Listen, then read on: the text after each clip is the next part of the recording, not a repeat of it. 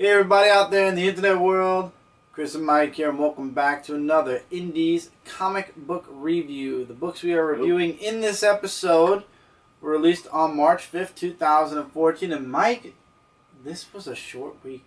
It was, really. 6 digital books, 1 is just a guilty pleasure, and how many physical copies? I believe, 4. 4. Oh, I thought there was 5. Yeah, 4. Not that much this week, so it's going to be a short indie review. So let's start with the hardbacks, yes? Physical copies, okay.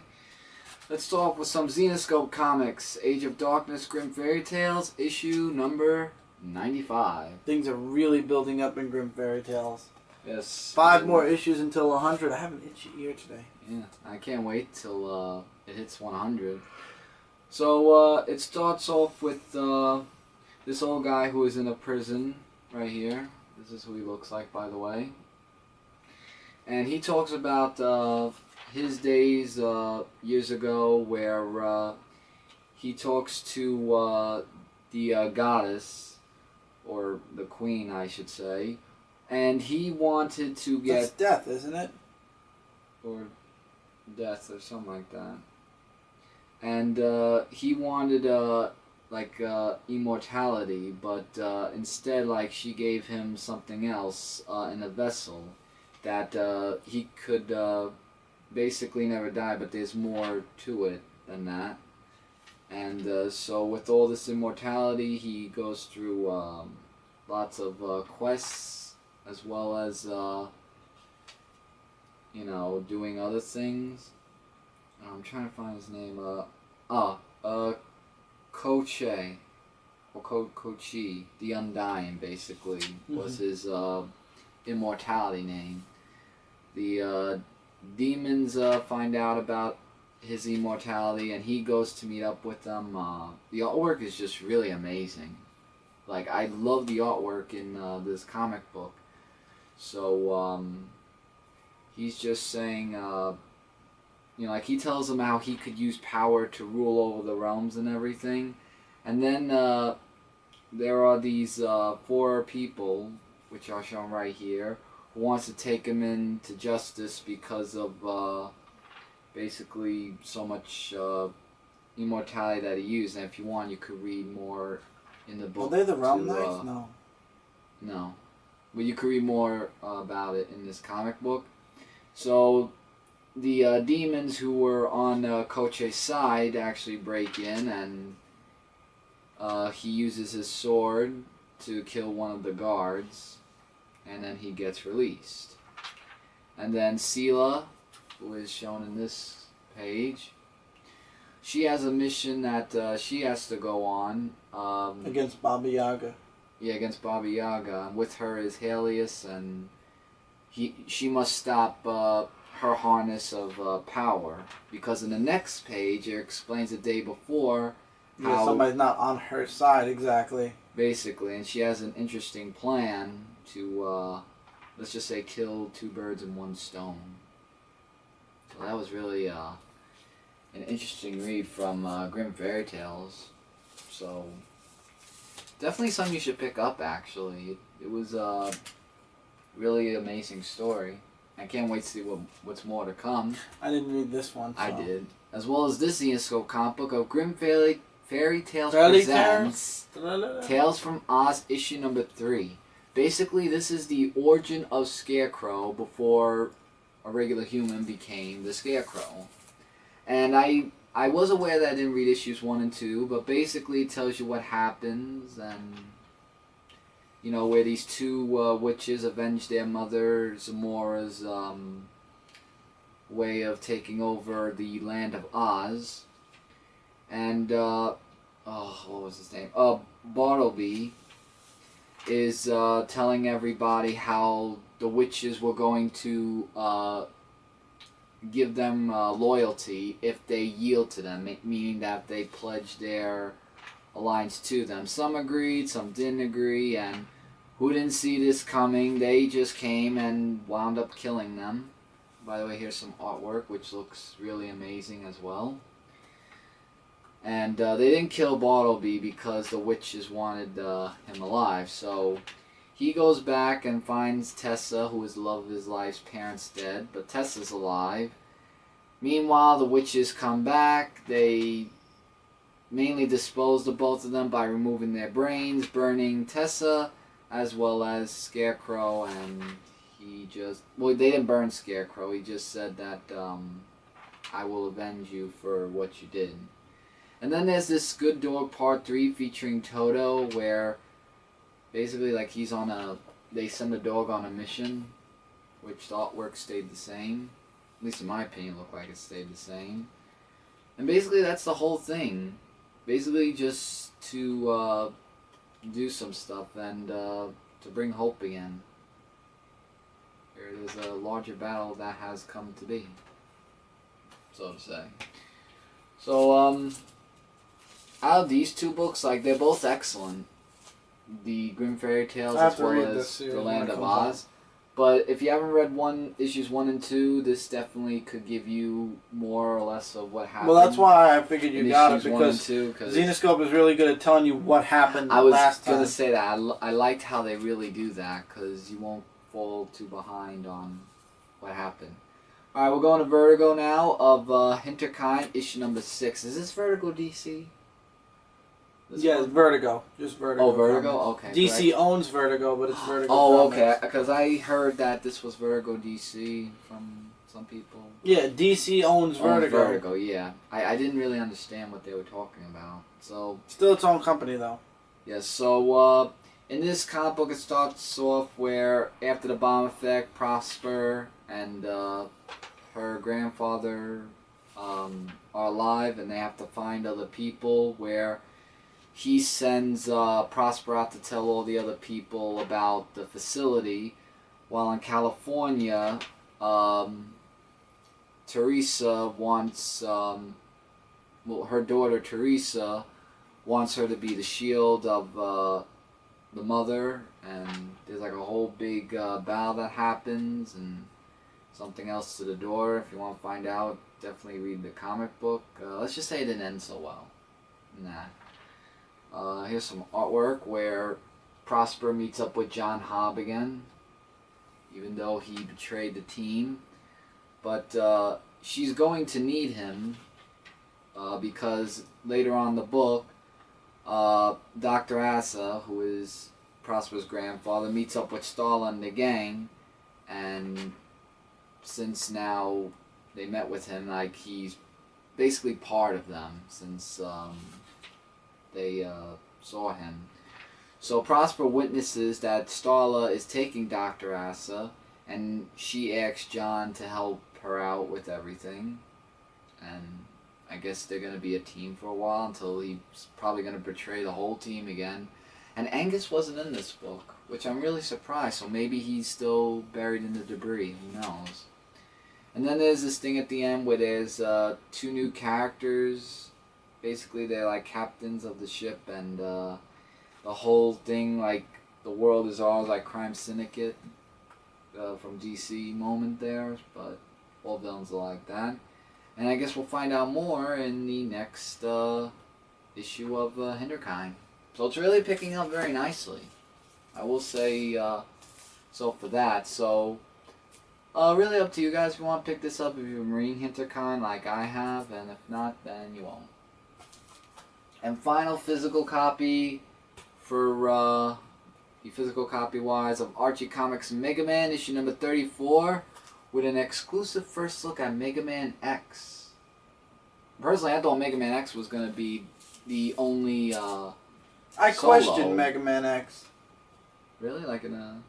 Well, like I don't know what I'm going into. So here's some artwork of the Mega Man story, where Mega Man's going back to the ruins to find out about more of Ramoon, and to prove Dr. Wily's innocence, that he wasn't behind all this, that he was being helpful. Meanwhile, Breakman and the rest are going to not target Mega Man because of what he's trying to find out.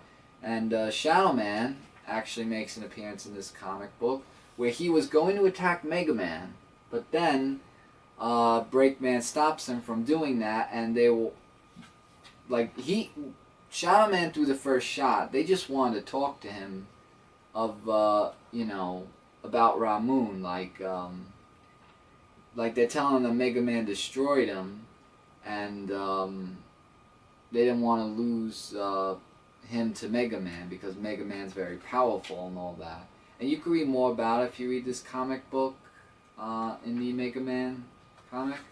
So they're in the temple where Mega Man and the rest go to see Ramoon, and leave us on an interesting cliffhanger where Breakman meets with Quake Woman, also known as Tempo, and I think they're related somehow. I'm not really sure. And it's to be continued in the next Mega Man comic. So we go now to Mega Man X, the X Factor Part 1, where Mega Man is an adult. And it takes place in the future, and it's a darker Right. kind of... And it's a darker type of Mega Man. It's like 30 years or so. And they talk about, you know, what Thomas Light, thank you. Why do you call him Lab? Dr. Thomas Light said about Mega Man, that he's the most powerful human being that there is. Talks more about X, of how him, the new professor I should say, as well as the others. I mean, it's really interesting. It built up very nicely for a couple of pages. And it looks like the Maverick Hunters are going to go after Mega Man, as well as the Short Circuits and a preview cover of Shao Ramoon Part 2, as well as the X Factor Part 2 of Mega Man X. So, what I liked about this comic book is that both Mega Man and Mega Man X were in one comic book. And the story was really interesting. I will highly recommend to all of you Mega Man fans to definitely pick up this comic book, because I like Mega Man X. It's a different take on Mega Man. It's more of an adult look at Mega Man, like which an I adult like. look. And yeah, and I like that too, actually. So if you want to know what happened after Effects of Ramoon, then this is the story to pick up and Now, see. we're going on to a digital book, which usually we do these books first before we get into the week of the comics from this week. I probably just jumped right into the hardbacks and not even thought about this. But there is one book that didn't come out on March 5th, 2014. However, this was the breath of fresh air, believe me, nowadays we need with these comic books. Sorority of Power, issue number 3. How was And this yes. one, Michael? As always, interesting and funny. Basically, the sorority members, they want to try to raise money. And they the do it only by way to fleeing raise money cars. is to not to do cars. They actually want to do a can disposal. Basically, recycling all cans to make a better. They're cleaning a car. Well, yeah, they were cleaning a car first, so they all agree to go on this whole can disposal. And I like that quote, like that said. No, down further. Oh, keep going the next page, like that one right there. Like on campus. They made like a cans reference, which I really got that joke, so that was actually really funny. But Quit looking at the cans. exactly. But meanwhile, there's Cyber. Oh, what's her name? Cyber Suit, I think her name is. Basically, she can attach anything that's magnetism onto her body, which are known as cans. So she does that while all this is going on, and they play a really they got her really good in this one, the team. Like all the cans are getting too much attached to her, and she's just being covered with massive loads of cans all over her body, everywhere. It's just like it was like really something else, and even landed on a truck. And the sorority actually witnessed that, saying like, "Oh, we're gonna haze her," because they thought that she was fooling around and everything. And yeah, after that, we saw the last of her until there's more that you should definitely read to the story. I really don't want to give too much away because this issue is really so awesome not to give away so much, but It's a breath of fresh air, and it's a really fun read, and all stories are self-contained. 5 out of 5 for me. yeah. I mean, it is for adults. As Oh I yeah, will there's make a definitely some disclaimer. mature references. Also, right there is a art gallery that was shown at the end, and they all there look was some very art I nice. really liked, and some art that was okay. Yeah, like some of it changed a little bit, but it was in a good way changed. So definitely, and also you could check out their comics websites. at argocomics.com. That's ARGO comics.com. Awesome stuff. They have there. Sorority of Power, Argo Chronicles, I believe, and the best series I've read, the best team in a long time, Argo 5. I cannot wait for the next issue of Argo 5. Mm-hmm. Alright, we're back into March 5th now. Guilty Pleasure is Garfield, issue number 23 for me. I love this issue. However, I have a major complaint. The second story has a new artist. And this new artist looks like a 5-year-old. They made John look like Shaggy from I'm sorry, Scooby-Doo. but the artwork is so horrible in the second story, I gotta exit out. It's just not... Not It's just crazy No. how out of the way it is. So, Mike, how was Lobster Johnson? 20 years of Hellboy is at the top, by the way. It's yeah, Lobster Johnson, Get the Lobster, Part 2 of 5. It was a little bit okay. Like, Went down? no, like not down. Like, basically, there's this policeman. Oh, what was his name? Like, it was it says in the like they questioned him in the beginning. Go down more. No, like that. Down more. Chief Higgins. Yeah, Chief Higgins is telling people how, oh, the lobster, he's like a really bad guy. We shouldn't trust him and everything. And, you know, what he did in those streets from what we saw in last issue was uncalled for and everything. And the guy that they took in from the last issue, they questioned him a little bit. And you can read more into the comic book. Meanwhile, the Lobster meets up with this woman who is actually writing about Lobster, of how he's bad and everything, and he's telling her to discontinue the series of what she's writing about him. She doesn't really want to do that, but she's just saying, you know, just to let you know that you have been warned that I did say this, so this could mean that they could meet up again, which I can tell. So she doesn't listen, so she still wants to do it. About the lobster. Our work looks very sketchy a little bit, just like the last issue really, but not in a bad way, in a good way. And there's a moment where he's talking with his butler. It kind of reminded me of a Batman Alfred moment in that one, when I saw that, about the whole lobster thing, and you can read about that. Meanwhile, Lobster's going on a mission of something else that's going on. It's in New York. Yeah, it's in New York, of course. And the police, like, they see him, and they just want to shoot him. And they just want to take him in because he is the most wanted criminal that the police want. So they almost capture him, but he fled away at light speed, and he escaped from them. Then it goes back to Lady that's writing about him, and she goes into some mumble-jumble stuff with pirates, and there's a lot of inner dialogue, which I won't go into. A ton of inner dialogue. Yeah, if you want to, you could read it to see about that. And there's just a bunch of things that is in the next other pages where they explain about more things about the lobster. I think the lobster's going to meet an interesting challenge, or from what I saw. I mean, don't quote me if I'm right, but it looks that way because he's the most wanted criminal in all of New York City. It was pretty good. I'll read the next issue just to see how it ends, because I'm used to it. And how much time do we have? I want to see if we have to kick it No, okay. we got plenty. Finally, from Dark Horse, we have Terminator Salvation, The Final Battle, issue number 4 of 12. We are a third of the way through this series. So Thomas Parnell has been brought back in the future.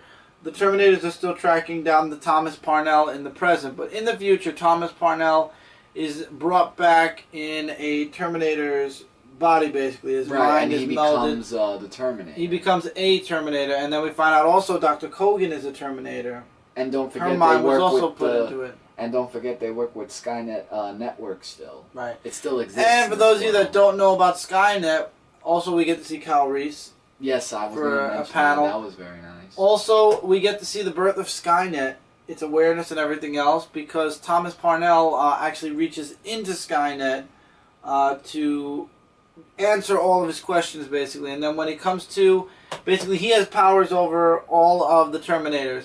And Skynet figures the only way to kill a human is to get a human to do it.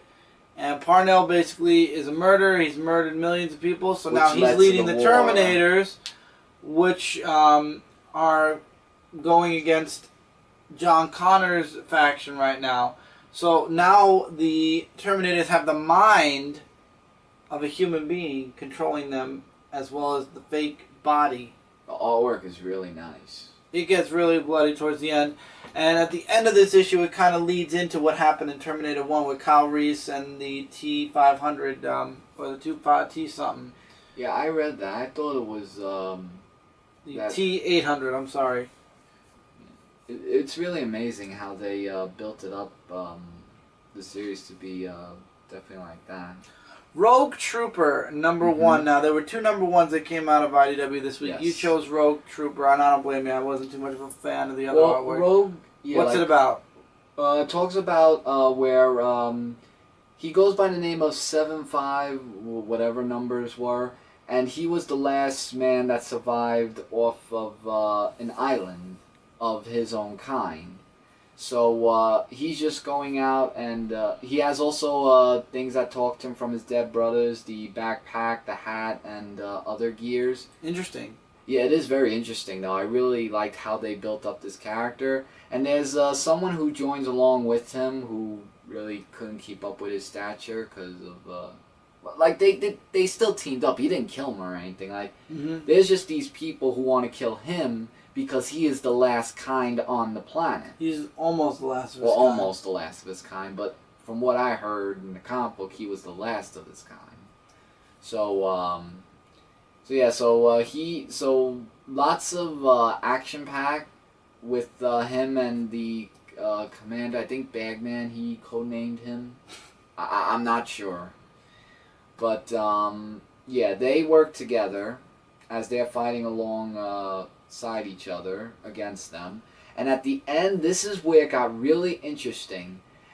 The Rogue Troopers, who he used to be on their team, now want to bring him back to their headquarters, dead, alive, or chipped, either or. They said, you must bring him back here. And that right there left me up like, wow.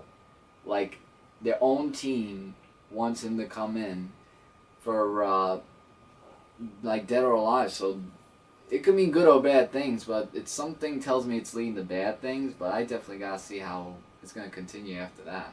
And finally, this week we have Starlight issue number 1. What did you think of this book? I thought it was very sad and depressing, but in a good way. It makes you connect to the actual main character, who's his name is Duke. Duke was a celebrated superhero on a distant planet years ago, and now we jump years into the future, which is our present, and he's an old man whose wife just passed away, whose sons are both assholes. Yeah, like and saying one forgets the death anniversary of his mother, and the other one's always very busy.